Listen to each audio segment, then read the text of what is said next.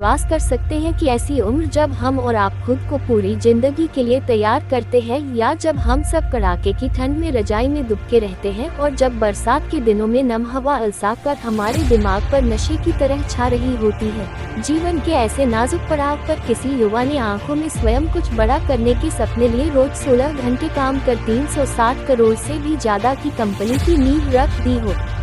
ऐसा कर दिखाया है उड़ीसा के रितेश अग्रवाल ने, जिन्होंने 20 वर्ष की कम उम्र में ओयो रूम्स नाम की कंपनी की शुरुआत कर बड़े बड़े अनुभवी उद्यमियों और निवेशकों को भी आश्चर्यचकित कर दिया।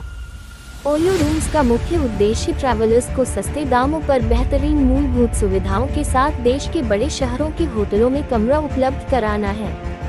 व्यक्तिगत तौर पर रितेश सामान्य बुद्धि वाले युवा हैं, दिखने में पतले, लंबे और बिखरे बालों वाले, बिल्कुल किसी कॉलेज के आम विद्यार्थी की तरह। लेकिन कभी कभी सामान्य से दिखने वाले लोग भी ऐसे काम कर जाते हैं जिसकी आपको उम्मीद नहीं होती। रितेश भी एक ऐसे ही युवा उद्यमी है, जिन्होंने मात्र 21 साल की छोटी सी उम्र में अपने अनुभव, सही अवसर को पहचानने की क्षमता और मेहनत के बल पर अपने विचारों को वास्तविकता का रूप दे दिया। युवा उद्यमी की बिजनेस यात्रा। रितेश अग्रवाल ने बिजनेस के बारे में सोचने और समझने का काम कम उम्र में ही शुरू कर दिया था। इसमें सबसे बड़ी भूमिका उनकी पारिवारिक पृष्ठभूमि की थी। उनका जन्म 16 नवंबर 1993 को उड़ीसा राज्य के जिले कटक बीसाम के एक व्यावसायिक परिवार में हुआ है। 12वीं तक की पढ़ाई उन्होंने जिले के ही स्कैड हार्ट स्कूल में की। इसके बाद उनकी इच्छा IIT में दाखिले की हुई, जिसकी तैयारी के लिए वे राजस्थान के कोटा आ गए। कोटा में उनके बस 2 ही काम थे, एक पढ़ना और दूसरा जब भी अवकाश मिले खूब ट्रैवल करना। यही से उनकी रुचि ट्रैवलिंग में बढ़ने लगी। कोटा में ही उन्होंने एक किताब लिखी, Indian engineering colleges, a complete encyclopedia of top 100 engineering colleges, और जैसा कि पुस्तक के नाम से ही लग रहा है, ये पुस्तक देश के 100 सबसे प्रतिष्ठित इंजीनियरिंग कॉलेजों के बारे में थी। इस किताब को देश की सबसे प्रसिद्ध ई-कॉमर्स साइट फ्लिपकार्ट पर बहुत पसंद किया गया। 16 वर्ष की उम्र में उनका चुनाव मुंबई स्थित Tata institute of fundamental research TIRF में आयोजित एशियन साइंस कैंप के लिए किया गया। ये कैंप एक वार्षिक संवाद मंच है जहां एशियाई मूल के छात्र शामिल किसी क्षेत्र विशेष की समस्याओं पर विचार विमर्श कर विज्ञान और तकनीक की मदद से उसका हल दिया करते हैं। यहाँ भी वे छुट्टी के दिनों में खूब ट्रैवल किया करते और ठहरने के लिए सस्ते दामों पर उपलब्ध होटल्स, बजट होटल्स का प्रयोग करते। पहले से ही रितेश की रुचि बिजनेस में बहुत थी और इस क्षेत्र में वे कुछ करना चाहते थे, लेकिन बिजनेस किस चीज का किया जाए, इस बात को लेकर वे स्पष्ट नहीं थे।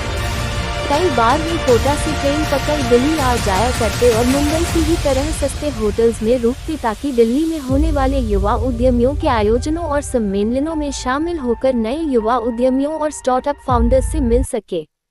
कई बार इन इवेंट्स में शामिल होने का रजिस्ट्रेशन शुल्क इतना ज्यादा होता कि उनके लिए उसे दे पाना मुश्किल हो जाता, इसलिए कभी कभी वो इन आयोजनों में चोरी चुपके जा बैठते। यही वो वक्त था जब उन्होंने ट्रैवलिंग के दौरान ठहरने के लिए प्रयोग किए गए सस्ते होटल्स के बुरे अनुभवों को अपने बिजनेस का रूप देने की सोची। ORAVEL स्टेज से की शुरुआत। वर्ष 2012 में उन्होंने अपने पहले स्टार्टअप ORAVEL स्टेज की शुरुआत की। इस कंपनी का उद्देश्य ट्रैवलर्स को छोटी या मध्य अवधि के लिए कम दामों पर कमरों को उपलब्ध करवाना था, जिसे कोई भी आसानी से ऑनलाइन आरक्षित कर सकता था। कंपनी के शुरू होने के कुछ ही महीनों के अंदर उन्हें नए स्टार्टअप्स में निवेश करने वाली कंपनी वेंचर नर्सरी से 30 लाख का फंड भी प्राप्त हो गया। अब रितेश के पास अपनी कंपनी को आगे बढ़ाने के लिए पर्याप्त पैसे थे। उसी समय अंतराल में उन्होंने अपने इस बिजनेस आइडिया को थेल फेलोशिप, जो कि पेपल कंपनी के सह संस्थापक पीटर थेल के थेल फाउंडेशन द्वारा आयोजित एक वैश्विक प्रतियोगिता है, के समक्ष रखा।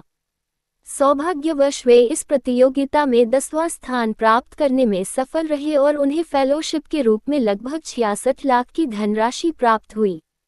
बहुत ही कम समय में उनके नए स्टार्टअप को मिली इन सफलताओं से वे काफी उत्साहित हुए और वे अपने स्टार्टअप पर और बारीकी व सावधानी से काम करने लगे। लेकिन पता नहीं क्यों उनका ये बिजनेस मॉडल अपेक्षित लाभ देने में असफल रहा और ओरावेल स्टेट धीरे धीरे घाटे में चला गया। वे परिस्थिति को जितना सुधारने का प्रयास करते, स्थिति और खराब होती जाती और अंत में उन्हें इस कंपनी को अस्थायी रूप से बंद करना पड़ा। जब ओरावेल स्टेज बन गया ओयो रूम्स, रितेश अपने स्टार्टअप के असफल होने से निराश नहीं हुए और उन्होंने दोबारा स्वयं द्वारा अपनाई गई योजना पर विचार करने की सोची ताकि इसकी कमियों को दूर किया जा सके। इससे उन्हें यह अनुभव हुआ कि भारत में सस्ते होटल्स में कमरे मिलना या न मिलना कोई समस्या नहीं है, दरअसल कमी है होटल्स का कम पैसे में बेहतरीन मूलभूत सुविधाओं को प्रदान न कर पाना।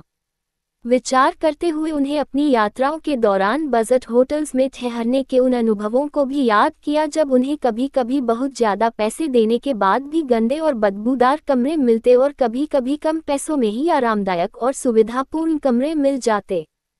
इन्हीं बातों ने उन्हें फिर प्रेरित किया कि वे पुनः ओरावेल स्टेज में नए बदलाव करें एवं ट्रैवलर्स की सुविधाओं को ध्यान में रख उसे नए रूप में प्रस्तुत करें। और फिर क्या था, वर्ष 2013 में फिर ओरावेल लॉन्च हुआ, लेकिन इस बार बिल्कुल नए नाम और मकसद के साथ। अब ओरावेल का नया नाम ओयो रूम्स था, जिसका मतलब होता है आपके अपने कमरे। ओयो रूम्स का उद्देश्य अब सिर्फ ट्रैवलर्स को किसी होटल में कमरा मुहैया कराना भर नहीं रह गया। अब वह होटल के कमरों की और वहां मिलने वाली मूलभूत सुविधाओं की गुणवत्ता का भी ख्याल रखने लगे और इसके लिए कंपनी ने कुछ मानकों को भी निर्धारित किया। अब जो भी होटल ओयो रूम्स के साथ जुड़ अपनी सेवाएं देना चाहता है, उसे सबसे पहले कंपनी से संपर्क करना होता है। इसके पश्चात कंपनी के कर्मचारी उस होटल में जा वहां के कमरों और अन्य सुविधाओं का निरीक्षण करते हैं। अगर वह होटल ओयो के सभी मानकों पर खरा उतरता है तभी वह ओयो के साथ जुड़ सकता है, अन्यथा नहीं। सफलता के कदम। इस बार रितेश पहले की गलतियों को दोहराना नहीं चाहते थे, इसलिए उन्होंने एक बिजनेस फर्म सेवेंटिम के सीईओ भावना अग्रवाल से मिल बिजनेस की बारीकियों को बेहतरीन ढंग से जानने का प्रयास किया। इन सलाहों ने आगे चलकर उन्हें कंपनी के लिए अच्छे निर्णय लेने में काफ़ी मदद की। प्रारंभ में ओयो रूम्स को लगातार ग्राहक मिलते रहे, इसलिए उन्होंने लगभग दर्जन भर होटलों के साथ समझौता कर लिया। इस बार रितेश की मेहनत रंग लाई और सब कुछ वैसा ही हुआ जैसा वे चाहते थे। किफ़ायती दामों पर बेहतरीन सुविधाओं के साथ ट्रैवलर्स को ये सेवा बहुत पसंद आने लगी। धीरे धीरे ग्राहकों की मांगों को पूरा करने के लिए कंपनी में कर्मचारियों की संख्या 2 से 15 से 25 कर दी गई। वर्तमान में ओयो में कर्मचारियों की संख्या 1500 से भी ज़्यादा है। कंपनी के स्थापित होने के एक वर्ष बाद 2014 में ही दो बड़ी कंपनियों लाइटस्पीड वेंचर पार्टनर्स LSVP एवं DSG कंज्यूमर पार्टनर्स ने ओयो रूम्स में 4 करोड़ रुपए का निवेश किया। वर्तमान वर्ष 2016 में जापान की बहुराष्ट्रीय कंपनी सॉफ्टबैंक ने भी 7 अरब रुपए का निवेश किया है, जो कि एक नई कंपनी के लिए बहुत बड़ी उपलब्धि है। वह बात जिसने रितेश अग्रवाल को कंपनी को और आगे बढ़ाने के लिए प्रेरित किया है, वह है हर महीने ग्राहकों द्वारा 1 करोड़ रुपए से भी ज़्यादा की जाने वाली बुकिंग। आज मात्र 4 वर्षों में ओयो रूम्स 15,000 से भी ज़्यादा होटलों की श्रृंखला 10 लाख कमरों के साथ देश की सबसे बड़ी आरामदेह एवं सस्ते दामों पर लागों को कमरा उपलब्ध कराने वाली कंपनी बन चुकी है। रितेश अग्रवाल की यह कंपनी भारत की शीर्ष स्टार्टअप कंपनियों में से एक है।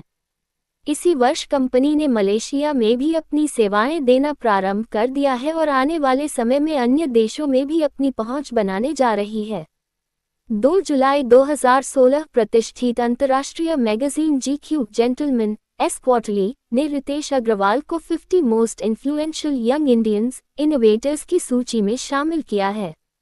इस सूची में उन युवा इनोवेटर्स को शामिल किया जाता है जो अपनी नई सोच व विचारों से लोगों की जिंदगी को आसान बनाते हैं।